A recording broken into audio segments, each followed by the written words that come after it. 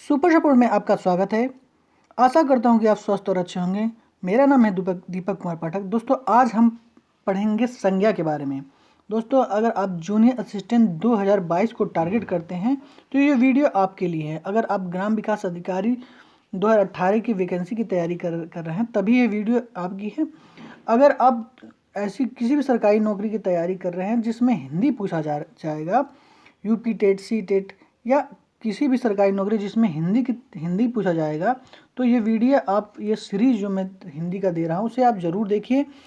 और इसके माध्यम से आप, ये वीडियो देखने के बाद आप इसके माध्यम से कई क्वेश्चन हिंदी के सॉल्व कर पाएंगे और बहुत ही सटीक नोट्स मेरा है उसी के माध्यम से मैं पूरा वीडियो पढ़ा रहा हूँ। तो दोस्तों चलिए ज़्यादा समय न लगाते हुए वीडियो की स्टार्ट करते हैं।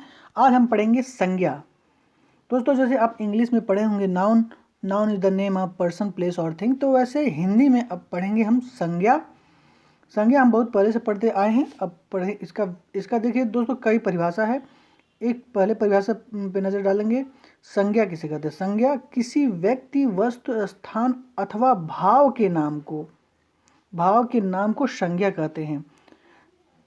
यहाँ दोस्तों भाव के नाम को भी संज्ञा कहते हैं। अब देखिए दूसरा परिभाषा क्या है? किसी नाम को संज्ञा कहते हैं, ये भी कह सकते हैं, लेकिन पहला बहुत परफेक्ट इसका परिभाषा है।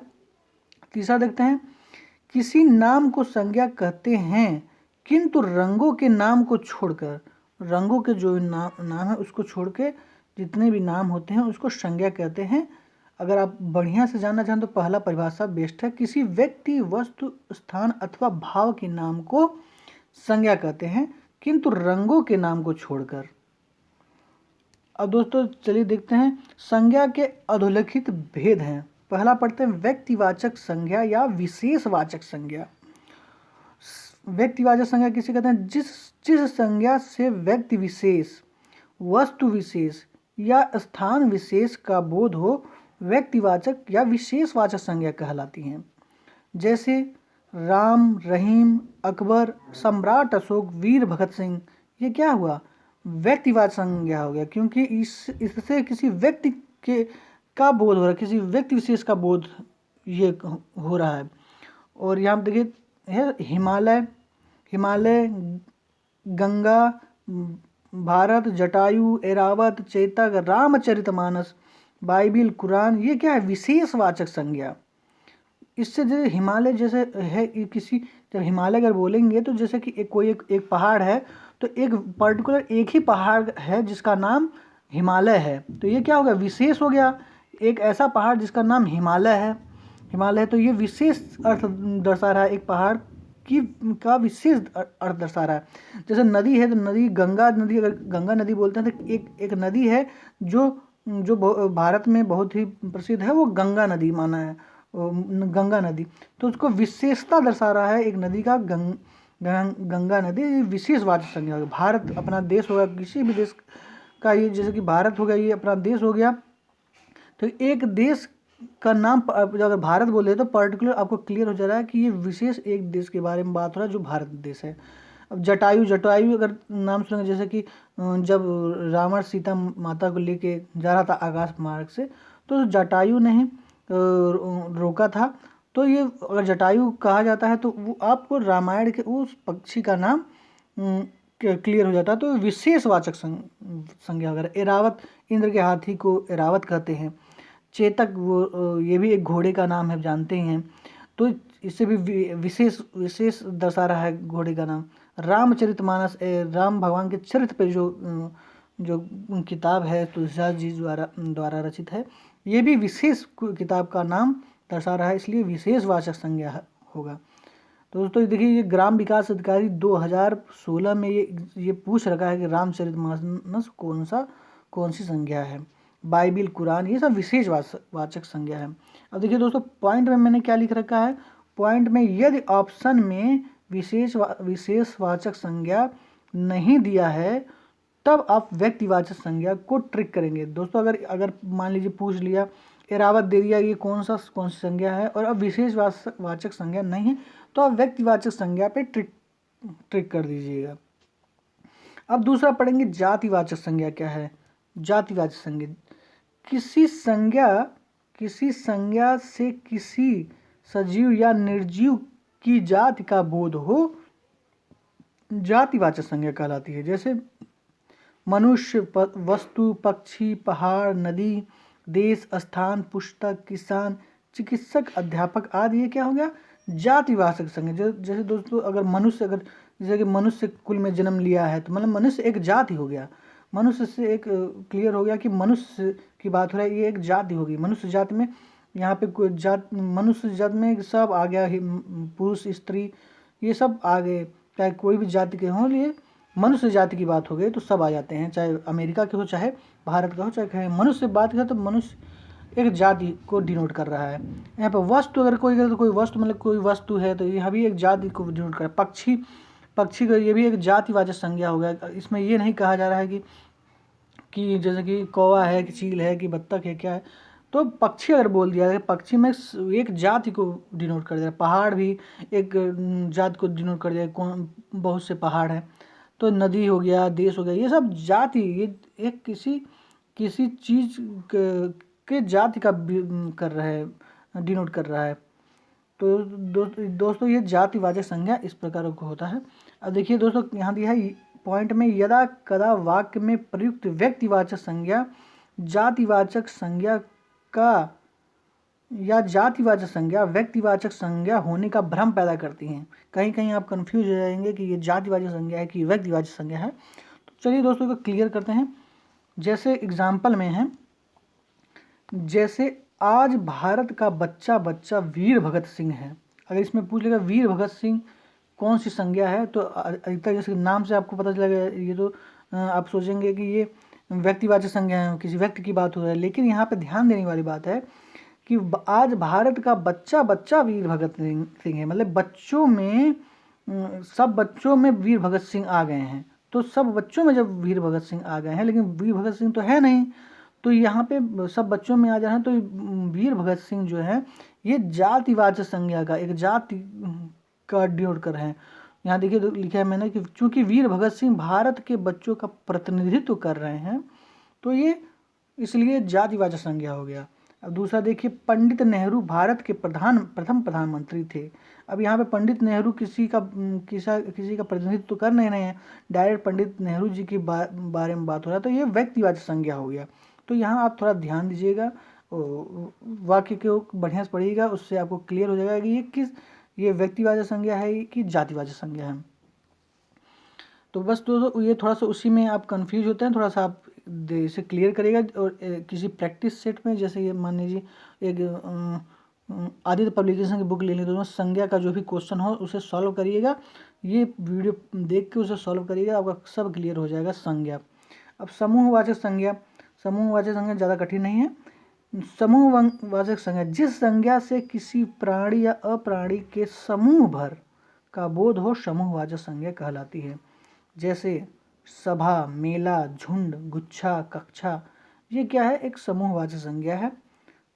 इसमें देखिए पॉइंट क्या मैंने कहा, समूहवाचक संज्ञा की एक विशेषता है एकत्र होना और अलग होना। मतलब कि समूहवाचक संज्ञा आप उससे पहचान सकते, जैसे कि सभा हो गया, तो सभा में कई सारे लोग होते हैं, तो ये एक बार इकट्ठा होते हैं, एक बार अलग होते हैं, तो ये समूहवाचक संज्ञा। मेला हो गया, मेला भी जब होता है तो कई लोग इकट्ठा होते हैं, उसमें इकट्ठा होते हैं, फिर उसके बाद अलग होते हैं, ये भी समूहवाचक संज्ञा। झुंड भी हो रहा है, झुंड भी किसी चीज़ का लग रहा है। तो इस प्रकार समूहवाचक संज्ञा वो होता है जो जिसमें इकट्ठा होना और अलग होने का गुण पाया जाता है, वो समूहवाचक संज्ञा होता है। द्रव्यवाचक संज्ञा, द्रव्यवाचक संज्ञा पढ़ेंगे, जो संज्ञा मापी या तौली जाए अथवा जिस संज्ञा में माप या तौल का गुण हो, द्रव्यवाचक संज्ञा कहलाती हैं। जैसे खाद्य एवं पेय पदार्थ तथा कपड़ा, जमीन, ये सब द्रव्यवाचक संज्ञा है।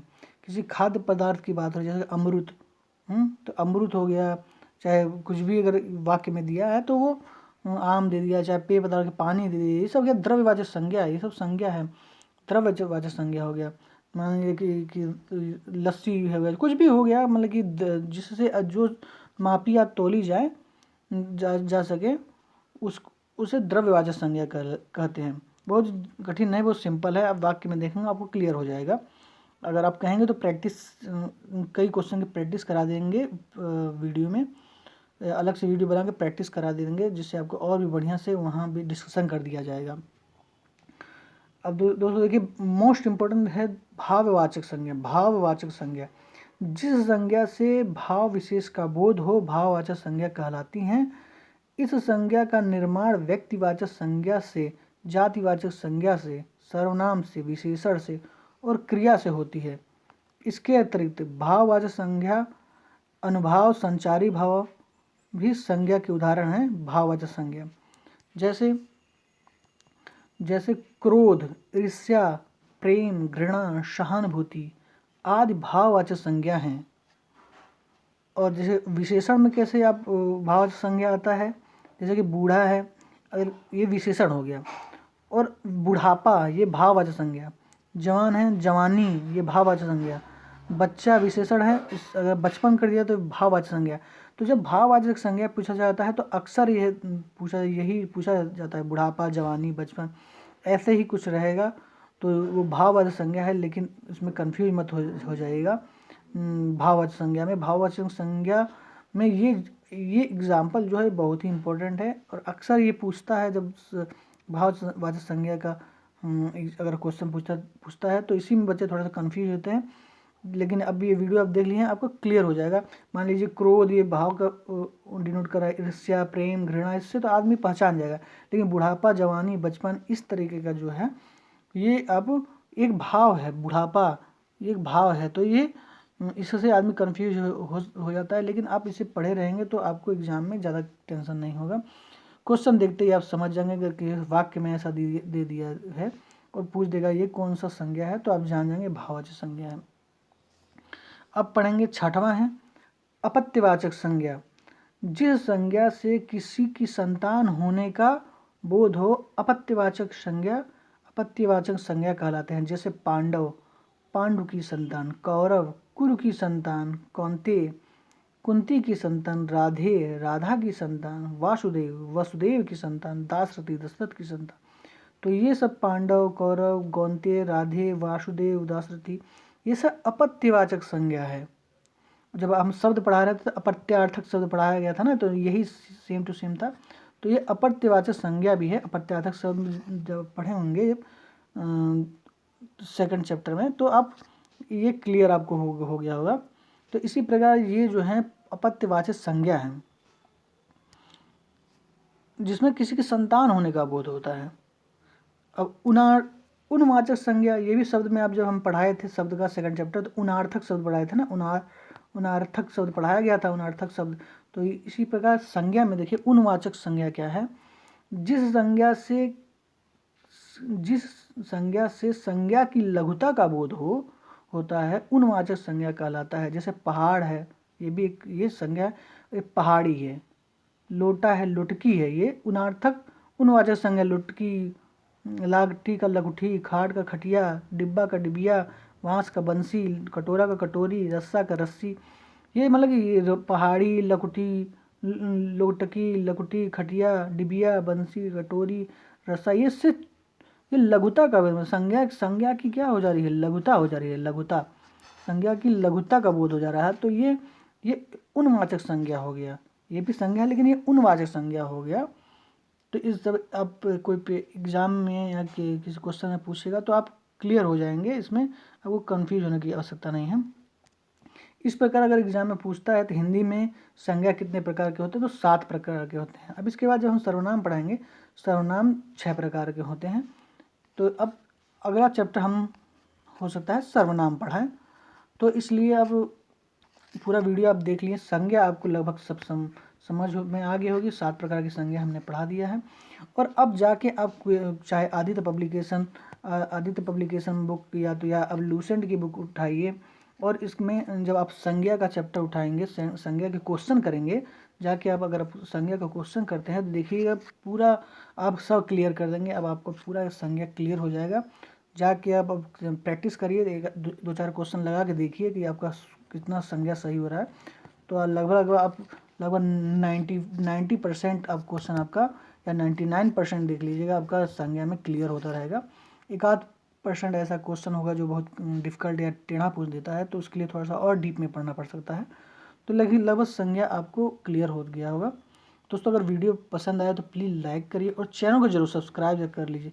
दोस्तों चैनल को आप जाके तुरंत सब्सक्राइब करिए। अगर आप पहला वीडियो अगर ये देख रहे हैं या पहली बार इस चैनल पे आए हैं तो चैनल को जाके सब्सक्राइब करिए।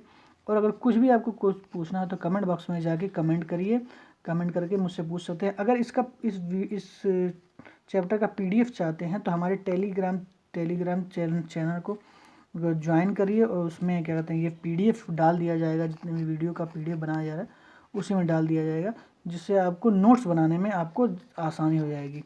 थैंक यू, धन्यवाद, वंदे मातरम, जय हिंद।